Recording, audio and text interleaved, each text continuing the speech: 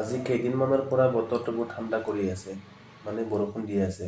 ময়ো বৰষুণক নেওচি গাড়ীখন লৈ আহি গ'লোঁ ভোট কেন্দ্ৰলৈ বুলি ভোট দিবলৈ। কিন্তু ৰাস্তাত গাড়ী আৰু স্কুলত মানুহৰ লাইন দেখি ভোটটো পিছত দিয়াৰ কথা ভাবি বজাৰ অলপ কৰোঁ বুলি বজাৰলৈ বুলি ওলাই গ'লোঁ। এইটো ফালে আকৌ বৰষুণটো এৰিব নামেই লোৱা নাই।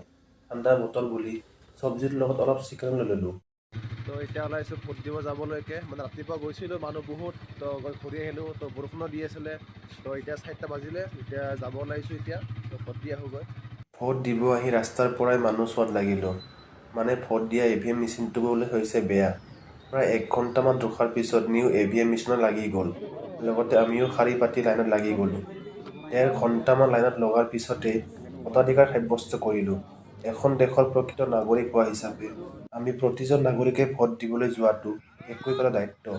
ভোট দি আহি ওচৰতে থকা ফিল্ডখনলৈ ক্ৰিকেট খেলিবলৈ আহিলোঁ।